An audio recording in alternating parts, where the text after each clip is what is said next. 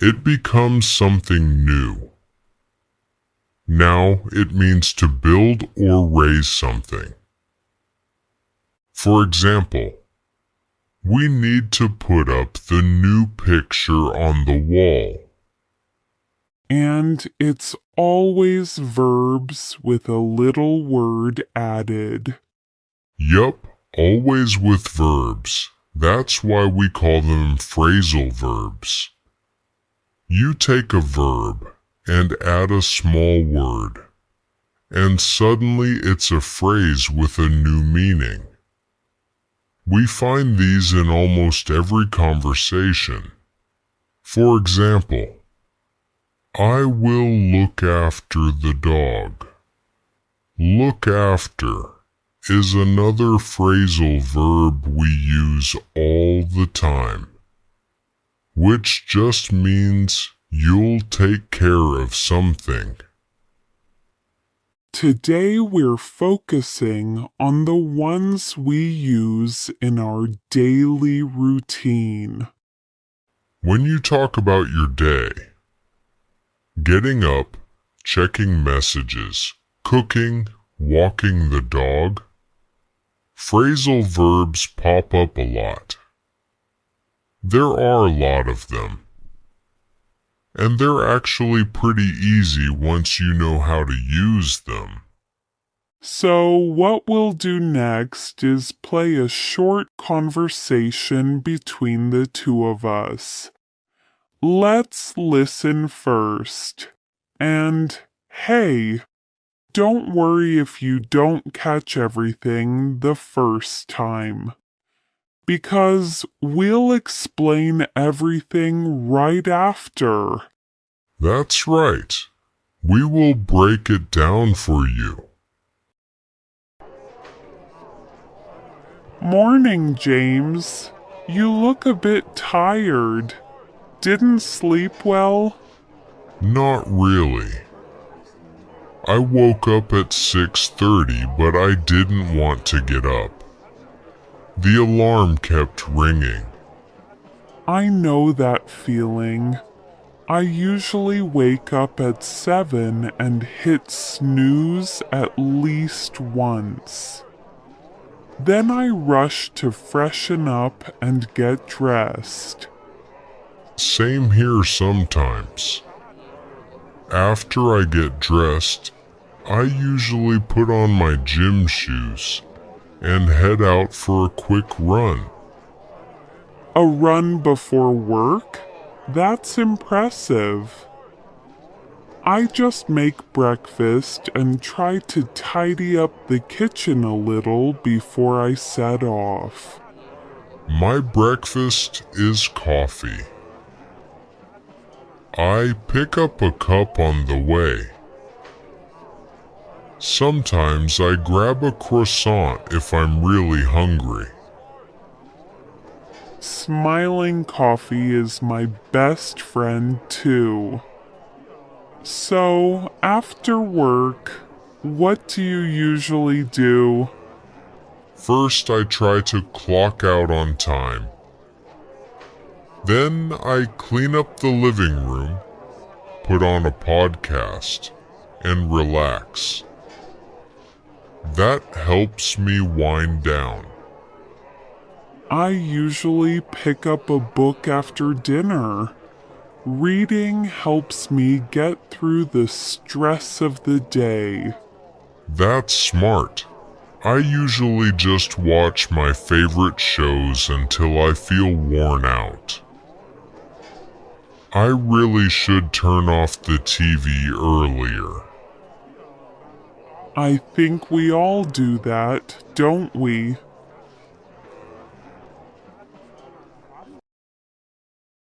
Alright, let's take a closer look at the phrasal verbs from our little morning conversation. Let's start with the most common one. Wake up! I mean, we all use this one because it's something we do every single day. Right? In our conversation, I said, I woke up at 6:30. Notice that I used the past tense. I said woke up because I was talking about something in the past. It already happened. But if you talk about your daily habits, for example, you keep it in the present. Like, I usually wake up at 7. Or, what time do you wake up on weekends? And here's something important when we talk about phrasal verbs. You need that little word up. If you just say, I wake at 7, it doesn't sound natural in English. You really have to say, wake up. And that's exactly why you need to learn phrasal verbs as they are. Just adding one small word to a verb can make a big difference. Okay, let's move to the next one we used. Get up. Get up is when you actually leave the bed, when you stand up and start your day. In our conversation, I said, I didn't want to get up. And honestly, I think everyone feels like that sometimes. Sometimes I wake up but stay in bed forever, just scrolling on my phone. Same here. But how long do you usually stay in bed before you actually get up? Well, yesterday, I think I stayed almost 2 hours. 2 hours? That's too much, don't you think? Maybe. But you know how it is. You keep scrolling and suddenly 2 hours are gone. Yeah, true. All right, let's get back to our topic. The next phrasal verb to use when talking about your daily routine is hit snooze. For example, I said, I usually hit snooze at least once, which means I press that button on the alarm and it goes quiet, and then it comes back later. Yep, and lots of people do that. Sometimes you wake up, then hit snooze, then finally get up. So after waking up and finally getting out of bed, what's the next step? Freshen up.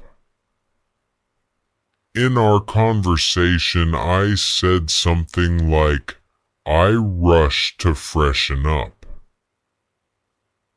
Freshen up is just a quick way to say you quickly wash your face, brush your teeth, maybe splash some water so you feel alive again. Exactly. It's not like a long shower, more like a quick reset. Right. For example, if someone says, I'll just freshen up before dinner, they mean they'll quickly wash and look a bit cleaner, not spend an hour in the bathroom. And I think most of us do that in the morning. Just freshen up quickly before we get dressed. Speaking of that, get dressed is the next phrasal verb. a simple but very common one. It just means put on your clothes. And by the way, put on is also a phrasal verb we use in daily routine conversations. Like, I usually put on my gym shoes. Put on is when you wear a specific item. You can put on shoes, a jacket, a hat. Okay, so after you're dressed and ready, what happens next? In our conversation, you said you usually head out for a run, right? Yep. Head out just means leave the house to go somewhere. I said, I usually put on my gym shoes and head out for a quick run. I like this expression. I think it sounds more casual than just saying leave. Like instead of I leave for work at 8, you can say I head out at 8. It's friendlier and more natural. You could even say, let's head out in 5 minutes, if you're about to go somewhere with friends. Right. And for me, before I head out to work, I usually try to tidy up the kitchen a little. Tidy up. That's another good phrasal verb. It just means make things neater. Not deep cleaning, just a quick fix. Exactly like putting the dishes in the sink, wiping the table, maybe putting things back where they belong. Don't you also feel better when you tidy up before leaving? Otherwise, you come home to a mess, and that's the worst. Totally agree with that, Anna. And then you said in our conversation, before I set off. That's another way to say leave, right? That's right. Set off is usually when you're starting a trip or journey. For example, we set off early in the morning to avoid traffic. But you can also use it for smaller things like going to work. I set off around 8:30. So, head out and set off are kind of similar, but set off feels a little more about the start of a trip, while head out is everyday casual. Let's move on to the next phrasal verb. In the conversation, you said, I pick up a cup of coffee on the way. Pick up. Here it just means to collect or get something. Like, I picked up a sandwich for lunch. Or, can you pick up some milk on your way home? And it is so common too. We also said, I usually pick up a book after dinner. It works for coffee, books, groceries, even picking up your kids from school. Right. Okay, so then we had clock out. In the conversation I said, first I try to clock out on time.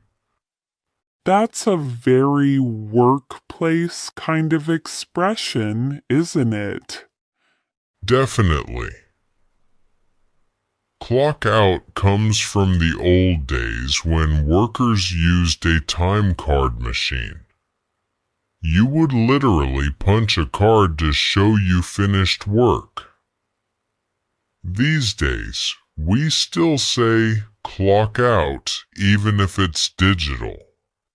So basically, clock out just means to finish work.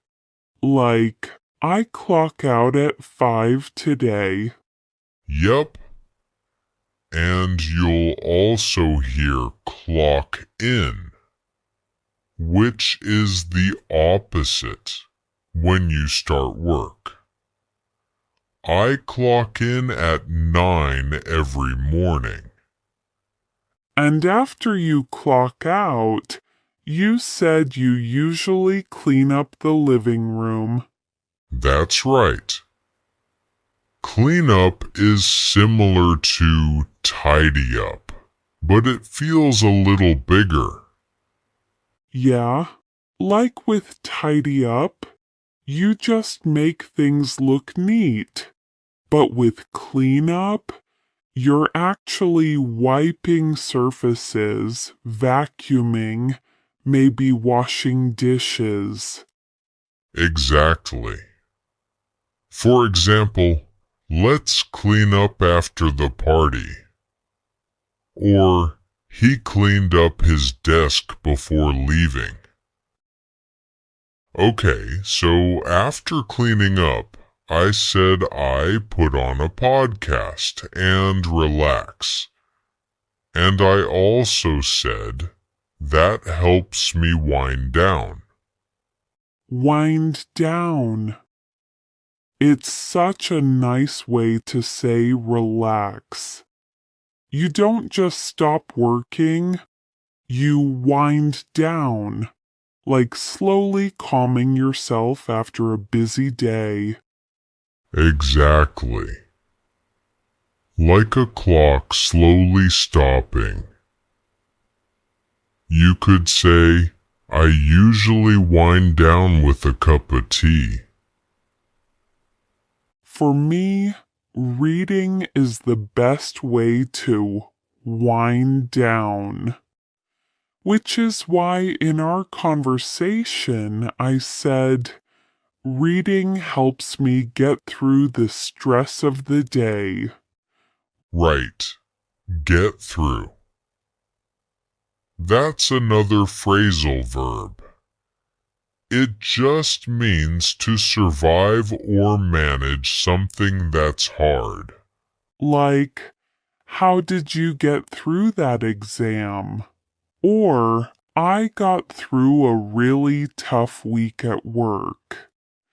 It's about finishing or surviving without getting so tired or sick. Then, James, you mentioned watching your favorite shows until you feel worn out.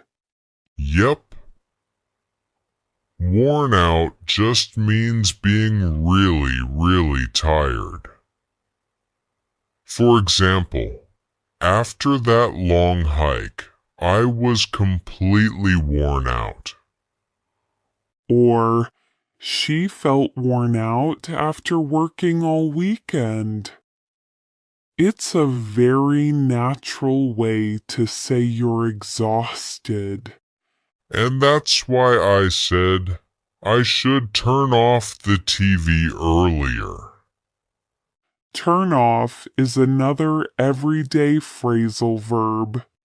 It's just get comfortable with English and comfort. This is your English listening practice podcast to help you learn and improve naturally.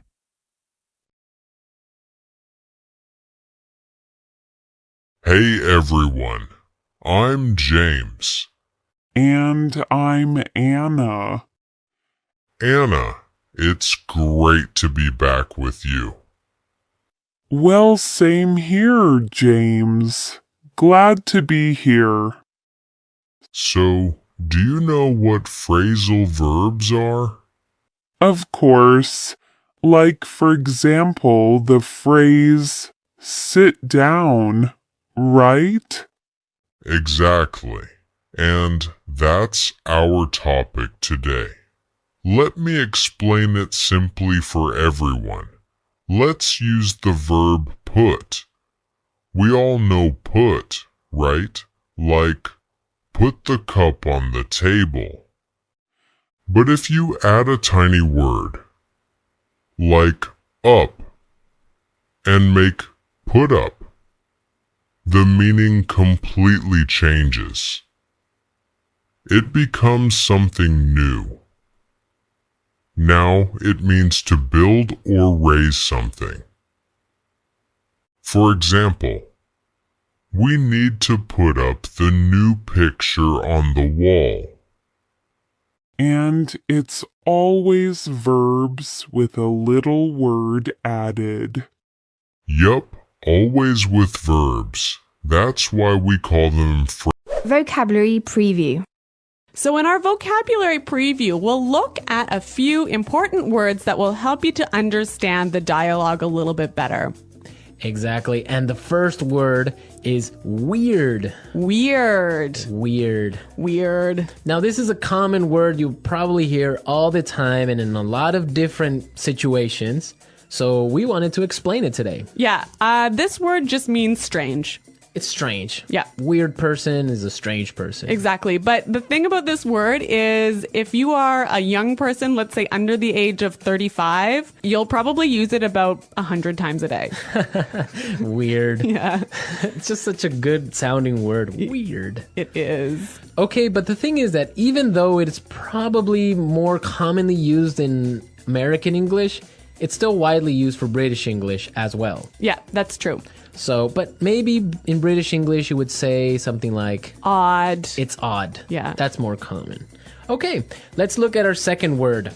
Housewarming gift. Housewarming gift.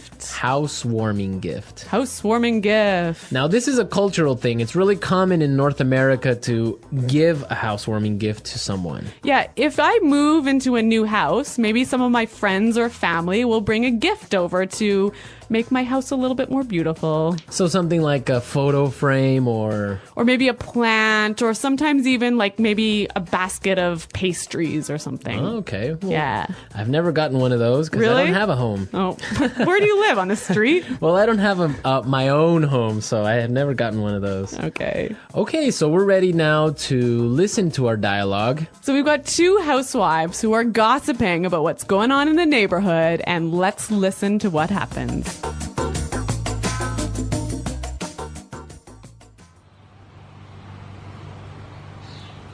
Oh, I don't know if you've heard, but someone moved into that old house down the road.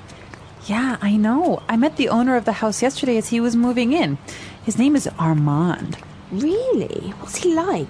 You have to fill me in. Actually, he's a bit strange. I don't know.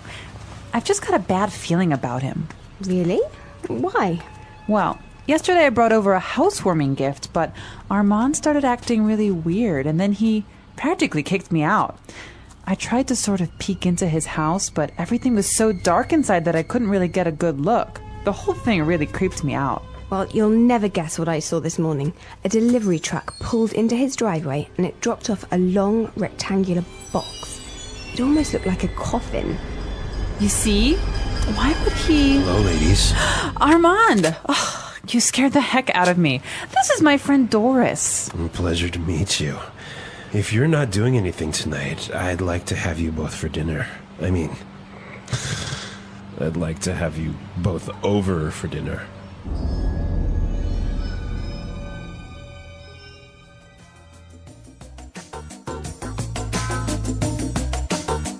Ooh, that guy seems kind of weird.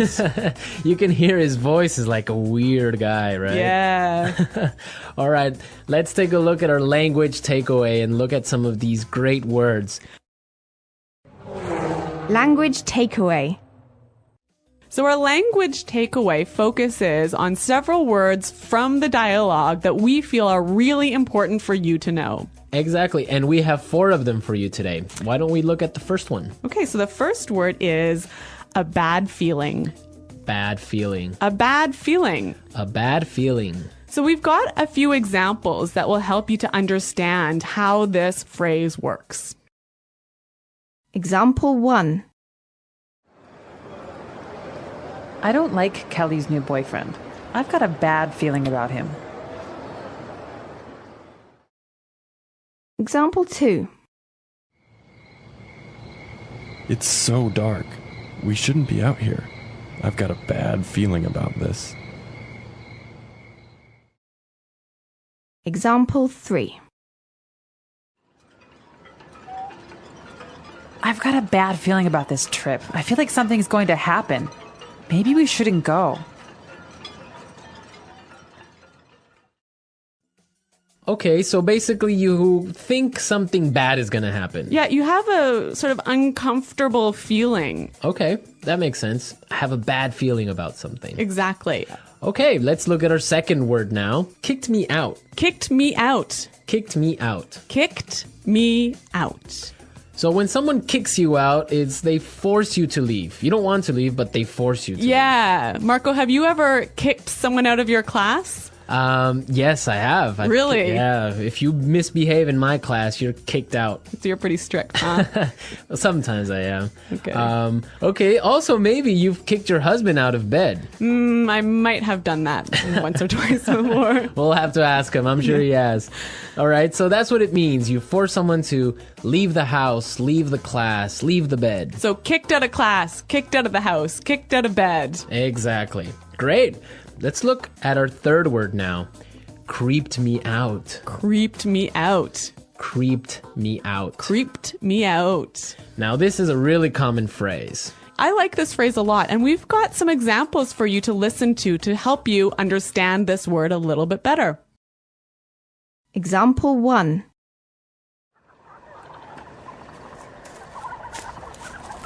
Shh. Did you hear that? Oh, I think I saw something. Stop it. You're really creeping me out.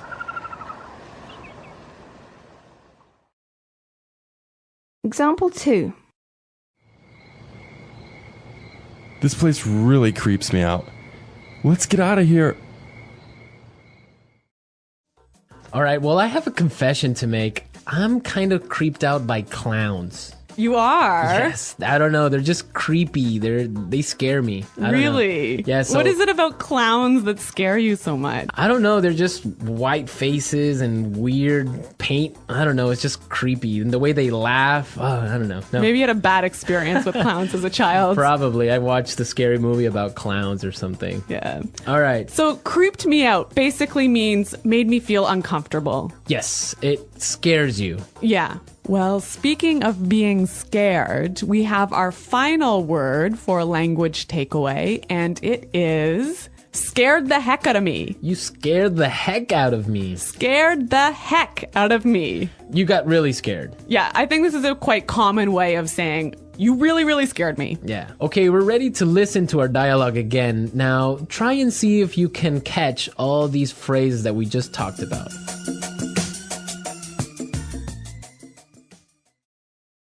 Oh, I don't know if you've heard, but someone moved into that old house down the road. Yeah, I know. I met the owner of the house yesterday as he was moving in. His name is Armand. Really? What's he like? You have to fill me in. Actually, he's a bit strange.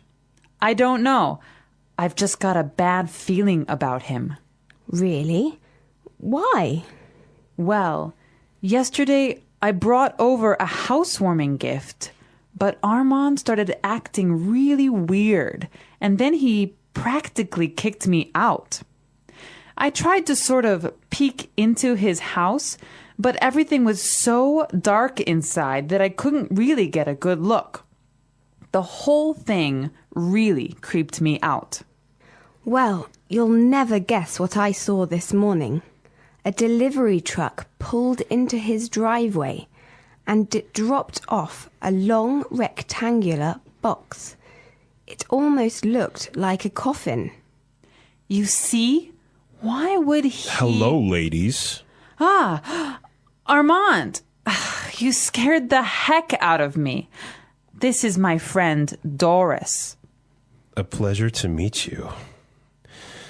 If you are not doing anything tonight, I would like to have you both for dinner. I would like to have you both over for dinner.